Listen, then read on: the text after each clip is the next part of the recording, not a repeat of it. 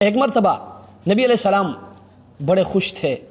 حضرت عمر رضی اللہ تعالی عنہ ملنے کے لیے تشریف لائے تو اللہ کے رسول نے فرمایا کہ اے عمر، اللہ نے مجھے خوشخبری دی ہے کہ میری امت میں سے 70,000 لوگ بغیر حساب و کتاب کے جنت میں جائیں گے. نبی علیہ السلام بڑے خوش تھے. حضرت صدیق اکبر رضی اللہ تعالی عنہ بھی تشریف فرما تھے. صدیق اکبر رضی اللہ تعالی عنہ نے نبی علیہ السلام کی خوشی دیکھ کر عرض کیا، اے اللہ کے رسول، آپ کچھ اور مانگ لیتے. تو نبی علیہ السلام نے پھر دعا مانگی تو اللہ تبارک و تعالی نے فرمایا کہ اے میرے حبیب، آپ کی امت کے 70,000 لوگ بغیر حساب و کتاب کے جنت میں جائیں گے، اور ان 70,000 میں سے ہر بندے کے ساتھ 70,000 اور جنت میں جائیں گے.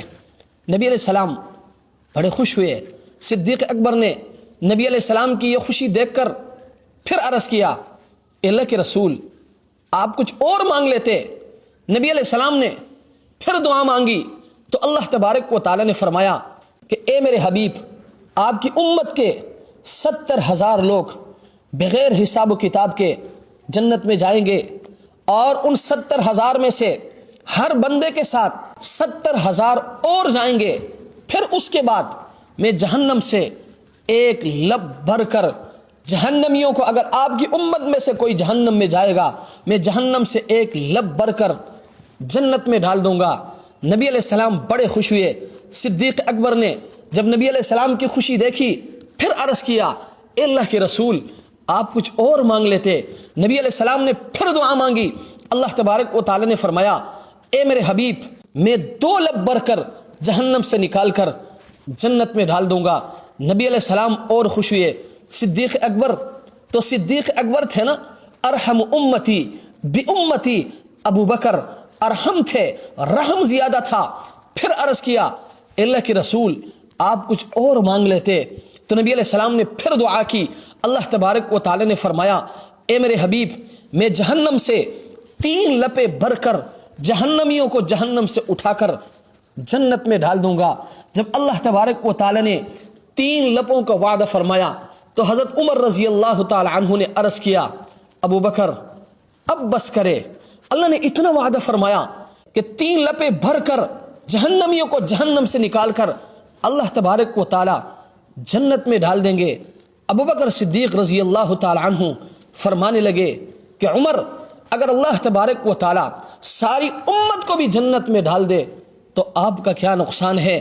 عمر رضی اللہ تعالی عنہ نے فرمایا، ابو بکر، میرا تو کوئی نقصان نہیں ہے، لیکن میں یہ کہہ رہا تھا کہ اللہ کی ایک لپ اتنی بڑی ہے کہ ساری امت ایک ہی لپ میں آ جائے گی، پھر 2 لپوں کی اور ضرورت کیا ہے؟ تو نبی علیہ السلام نے فرمایا، عمر، تم ٹھیک کہہ رہے ہو. اللہ تبارک و تعالی نے اتنا بڑا وعدہ فرمایا ہے کہ 70,000 بغیر حساب و کتاب کے جنت میں جائیں گے، پھر ان 70,000 میں سے ہر بندے کے ساتھ 70,000 اور جائیں گے.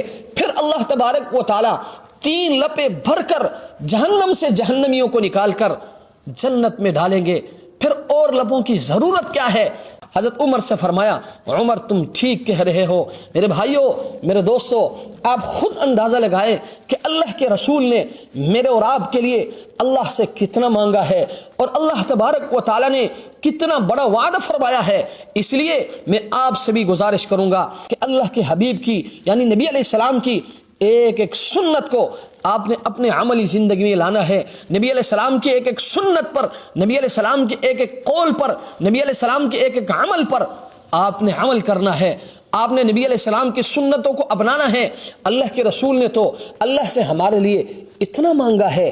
آج اگر ہم نبی علیہ السلام کی سنتوں کو پامال کرتے ہیں، ہمیں احساس ہی نہیں ہوتا، ہمیں شرم نہیں آتی، ہم عار محسوس نہیں کرتے. اس لیے میں ہاتھ جوڑ کر آپ سے درخواست کرتا ہوں، آپ سے اپیل کرتا ہوں کہ نبی علیہ السلام کی ایک ایک سنت کو آپ نے اپنے عملی زندگی میں لانا ہے. صرف لانا نہیں بلکہ اپنانا بھی ہے.